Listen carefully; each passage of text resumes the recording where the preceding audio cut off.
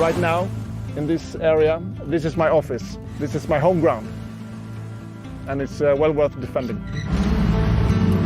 For more than 2 centuries, Sweden kept a position of military neutrality. But in 2024, that changed. I always call that the mother of all unintended consequences for Russian strategic thinking. If Russia had one objective with Sweden and Finland, it was to keep them outside of the alliance, and by Russia's full-scale invasion, now we are part of NATO. But what does this Nordic nation, home to 10.5 million people, bring to the NATO alliance? We do not come empty-handed. We do bring a lot of humility as a new ally, but we also bring a lot of capability. So we definitely want to see ourselves as a net provider of security.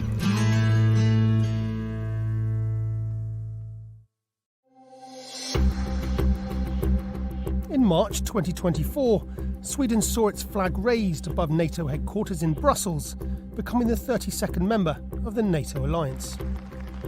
It's good now that Sweden has a seat at the table that provides us a better opportunity to have influence, but also take responsibility for the alliance.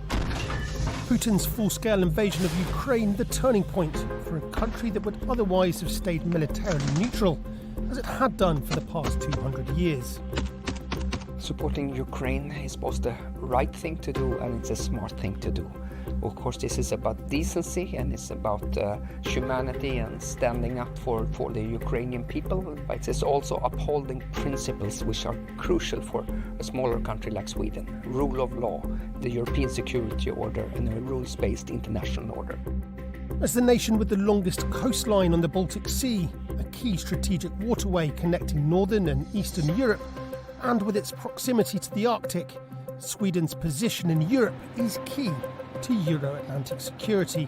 Leaning on the many years of close partnership with NATO, we have embraced a lot of the methodology that comes with standardization and building interoperability. We can now plan and work together, not as a unique entity, but as an integral part of NATO. As a militarily neutral nation, over the years, Sweden manufactured its own military hardware, which was adapted to meet the challenges of the country's unique terrain and climate. Today, Sweden continues to produce advanced equipment, including submarines, combat vehicles, and the Gripen fighter jet. But arguably its most groundbreaking achievement is the Visby-class corvette. It's a multitasking ship. We can use it for submarine hunting and we can use it for air defense and also for the surface operations. The Visby-class corvette is a stealth ship. Its design helps it avoid detection by radar and other sensors, making it very hard to spot. And its ability to navigate through shallow waters makes it ideal for Baltic Sea operations. Our profession is to use this ship in an attack from the archipelago in the Baltic Sea. That's what this ship is built for. We are very familiar with the environment in this region, and this ship is built for the environment around here.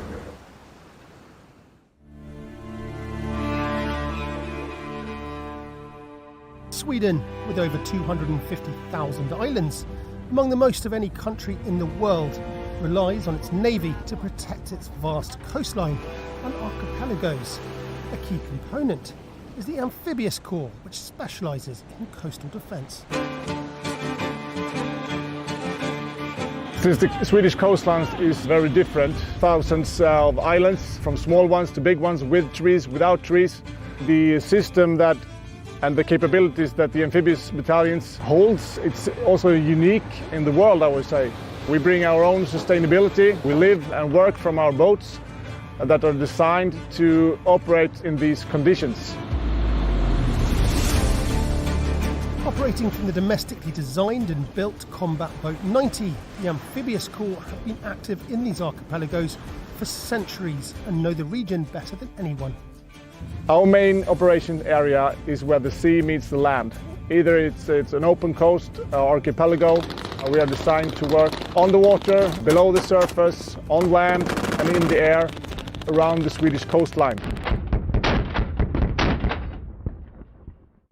Among Sweden's many islands, the most strategically important is Gotland, sometimes referred to as the Baltic Sea's unsinkable aircraft carrier. Its location, roughly halfway between mainland Sweden and the Baltic states, is crucial for controlling military and economic movements and deterring threats to NATO territory. The Gotland Regiment plays a key role in safeguarding the island's security. So the symbol for the battle group Gotland and the Gotland Regiment is the ram. The ram symbolizes strength and the will to survive in harsh conditions on an island in the middle of the Baltic Sea. NATO forces have long trained and exercised on Gotland, but Sweden's NATO membership now means that the island could become a hub for NATO operations and for monitoring Baltic Sea activity. Coming into NATO gives opportunities to use Gotland as a hub for maritime operations, for logistics, and also different kinds of weapons systems which could provide aid, for instance, to the Baltic states. So it could be a platform for long-range fires as well. Patrolling Sweden's 3,200 kilometres of coastline from the sea is crucial, but protecting it from the air is just as important. Sweden's Air Force includes its powerful Gripen jets, which are known for their agility, range, and ability to operate in various conditions. So we always have at least 2 aircraft in constant readiness for air policing mission, or to identify, collect information, or to intercept an aircraft coming too close to NATO territory. With a fleet of more than 200 aircraft, advanced radar systems, and a unique concept of air operations, which includes the use of civilian infrastructure such as highways for jet takeoffs and landings if the need arises, Sweden's Air Force adds both capability and innovation to NATO's air defence. Sweden and Finland's accession to NATO means a lot when it comes to geography. We can bring our situation awareness, our early warning concepts, and overall our knowledge of the situation in our region, and combine that with other NATO allies, which will really strengthen our situation awareness in the high north. The high north is a harsh and unforgiving environment, but operating effectively in extreme climates and rugged terrain demands specialised units. Located in the north of Sweden, the Swedish Army's Norrbotten Brigade is specifically trained in cold weather and Arctic warfare. During winter times we have almost no light, few roads on long distances, and often also in winter time we have the extreme cold, going below 30 minus. So that's a challenge, and we really need to have the right equipment and of course bringing the unit together, exercising, training in this environment. The Norrbotten Brigade is equipped with tanks and combat vehicles specially designed and modified for Arctic operations. We are in the training field. We have just dismounted from a CV-90 combat vehicle, and my squad is taking terrain in a forward direction. With a personnel of 1,500, the brigade includes full-time soldiers, reservists and conscripts, all bringing a diverse mix of skills and backgrounds from across Sweden and sometimes even beyond. I'm from Paisley, Glasgow in Scotland. I moved to Sweden when I was young, when I was 6 years old, and I've grown up here, so Sweden has become my home, and makes sense to defend it. Joining NATO, for me as an individual, it means that I get to help not only defend what has become my home country here in Sweden, but the country where I'm from as well, which is the United Kingdom. And so I've learned a lot of things, and I've realised that if you have the right people beside you, you can do pretty much anything. But Sweden's contributions to Euro-Atlantic security go beyond air, land and sea. Space is something that we utilize daily for communication, for weather forecast, for surveillance, wide range of different areas where we actually are very dependent on space. Esrange Space Centre, located in northern Sweden, is a leading European space facility operated by the Swedish Space Corporation. It supports satellite operations, rocket launches and atmospheric research, making it a key asset for space and defence initiatives. Please follow me.